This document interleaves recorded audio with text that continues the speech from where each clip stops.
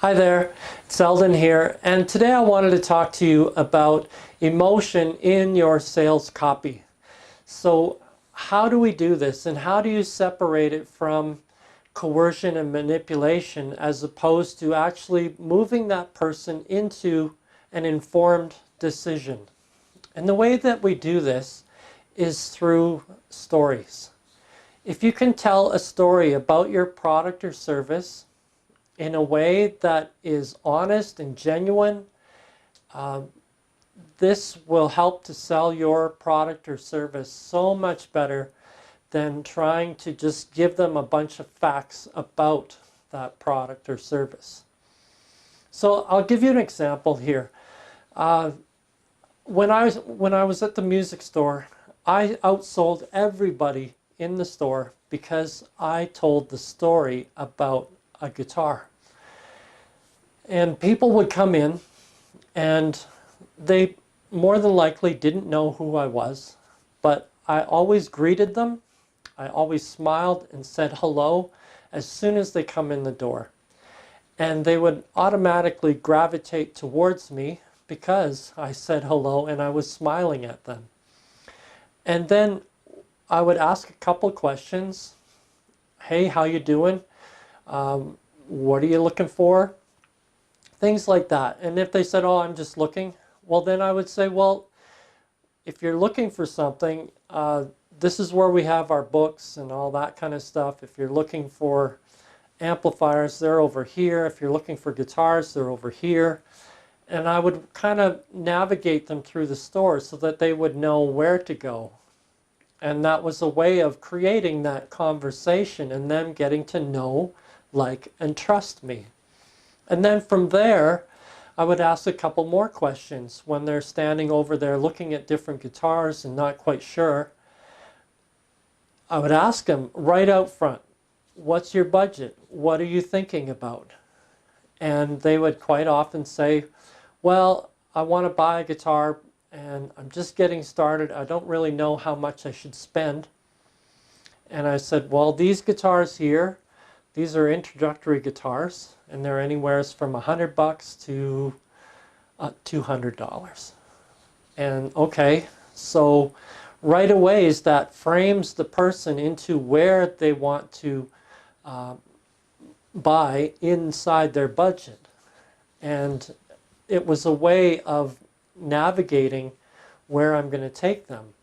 Now, there was a particular guitar that I really liked that was an introductory guitar, and I could outsell all the other guitars in that product line with it.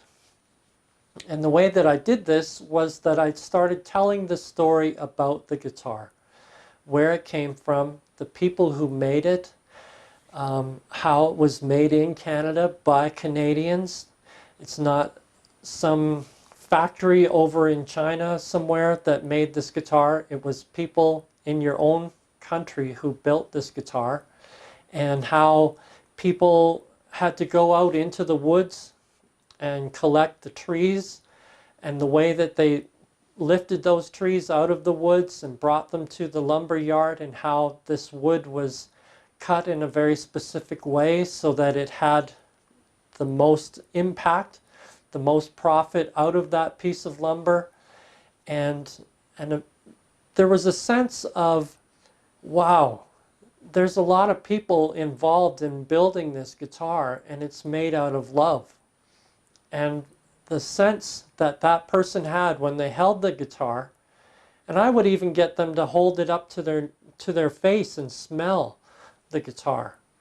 All of these senses created this emotion that, wow, this is a really nice instrument, even though it's a $150, $200 guitar. This guitar is really worth all of its value.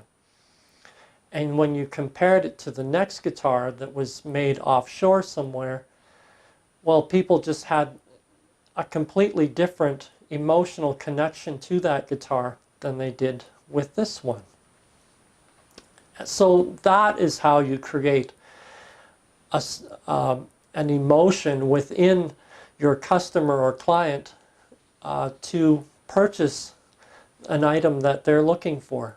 So when someone comes to you for an affiliate offer, you want to tell the story about that offer.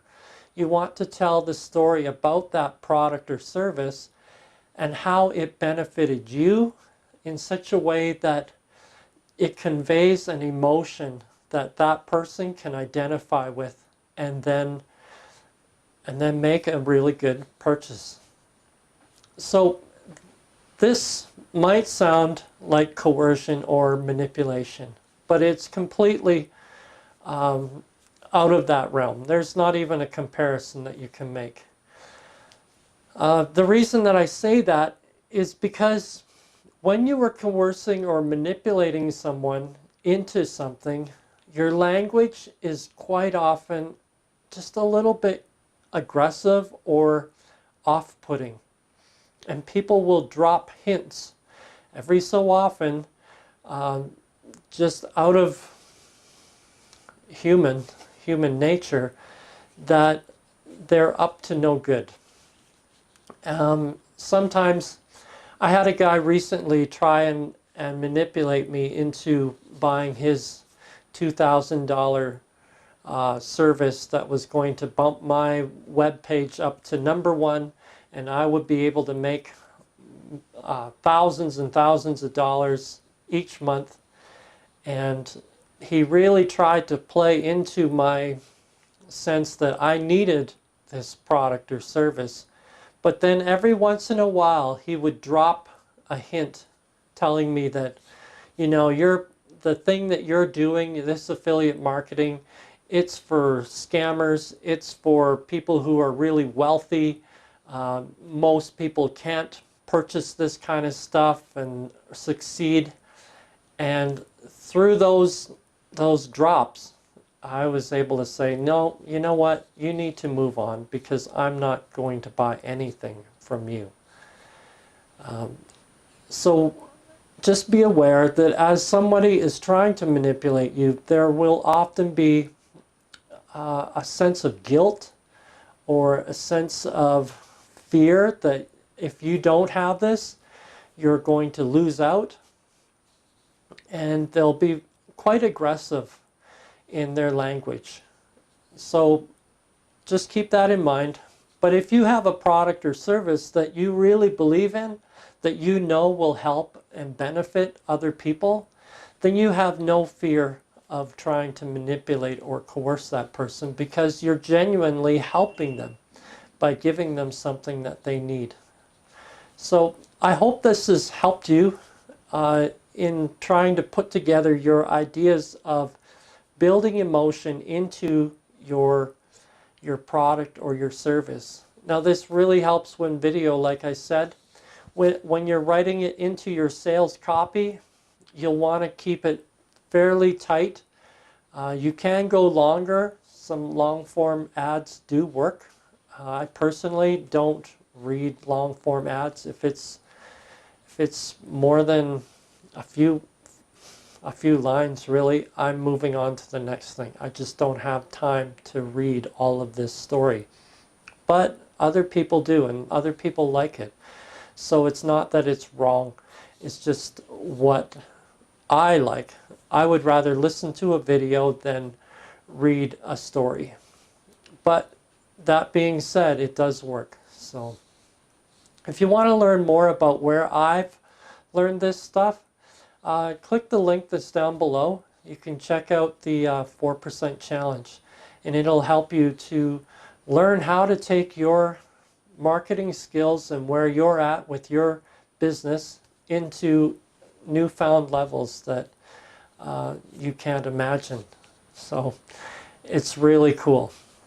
But until next time, thanks for watching, and I hope that you enjoyed this, and please comment, like, and share if you found value in what I just told you about telling stories within your marketing campaign. So until next time, thanks, and we'll talk to you later.